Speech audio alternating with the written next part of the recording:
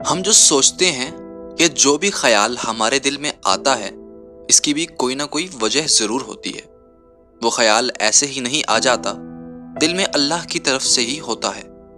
अक्सर मेरे दिल में एक बात आती है कि क्या जो लोग किसी के लिए अच्छा नहीं सोचते, क्या वो भी अल्लाह की तरफ से ही होता है?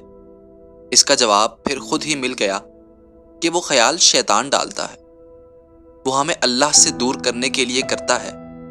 अल्लाह तो बस ये देखता है कि इसका बंदा या बंदी क्या शैतान के वसवसों में आएगा या नहीं। हम आ जाते हैं, हम कर बैठते हैं जो वो करवाना चाहता है, मगर अल्लाह तो अल्लाह है ना, कैसे भटकने देगा अपने बंदे को।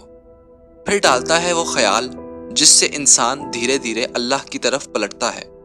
ये वही ख्याल है जिसका जिक्र पहली सतर में किया मैंने। हम अल्लाह की तरफ ऐसे ही लौट कर नहीं आते, अल्लाह हमें अपनी तरफ ले जाता है, लेकिन उनको जो वाकई ही अल्लाह की तरफ लौटना चाहते हैं।